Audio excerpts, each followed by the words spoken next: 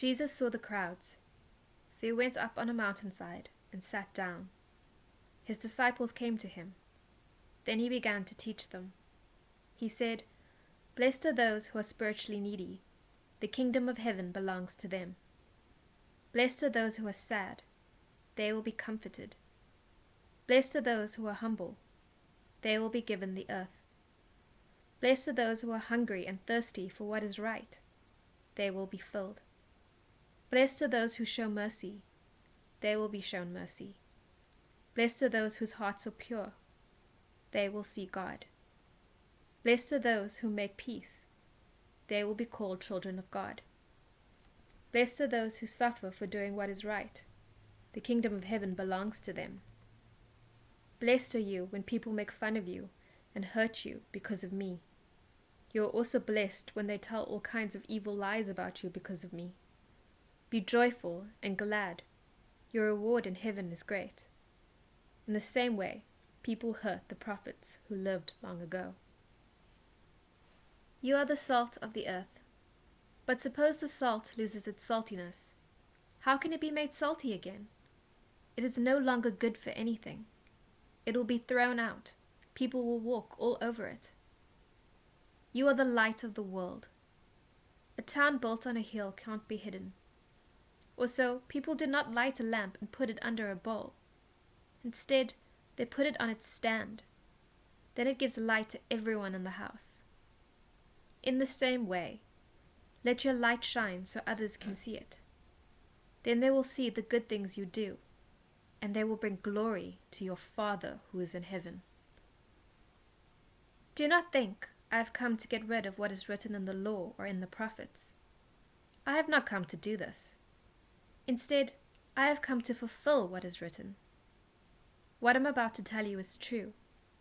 Heaven and earth will disappear before the smallest letter disappears from the law. Not even the smallest mark of a pen will disappear from the law until everything is completed. Do not ignore even one of the least important commands, and do not teach others to ignore them. If you do, you will be called the least important person in the kingdom of heaven. Instead, practice and teach these commands. Then you will be called important in the kingdom of heaven. Here is what I tell you. You must be more godly than the Pharisees and the teachers of the law. If you are not, you will certainly not enter the kingdom of heaven. You have heard what was said to people who lived long ago. They were told, "Do not commit murder.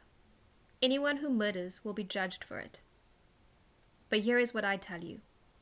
Do not be angry with a brother or sister. Anyone who is angry with them will be judged. Again, anyone who says to a brother or sister, "Raka," must stand trial in court. And anyone who says, "You fool," will be in danger of the fire in hell. Suppose you are offering your gift at the altar, and you remember that your brother or sister has something against you. Leave your gift in front of the altar. First go and make peace with them. Then come back and offer your gift. Suppose someone has a claim against you and is taking you to court. Settle the matter quickly. Do this while you are still together on the way. If you don't, you may be handed over to the judge. The judge may hand you over to the officer to be thrown into prison. What I'm about to tell you is true. You will not get out until you have paid the very last penny. You have heard that it was said, "Do not commit adultery." But here is what I tell you. Do not even look at a woman in the wrong way. Anyone who does has already committed adultery with her in his heart. If your right eye causes you to sin, poke it out and throw it away. Your eye is only one part of your body. It is better to lose an eye than for your whole body to be thrown into hell. If your right hand causes you to sin, cut it off and throw it away. Your hand is only one part of your body. It is better to lose a hand than for your whole body to go into hell. It has been said, suppose a man divorces his wife. If he does, he must give her a letter of divorce. But here is what I tell you. Anyone who divorces his wife makes her a victim of adultery, and anyone who gets married to the divorced woman commits adultery. A man may divorce his wife only if she has not been faithful to him. Again, you have heard what was said to your people long ago. They were told, "Do not break the promises you make to the Lord.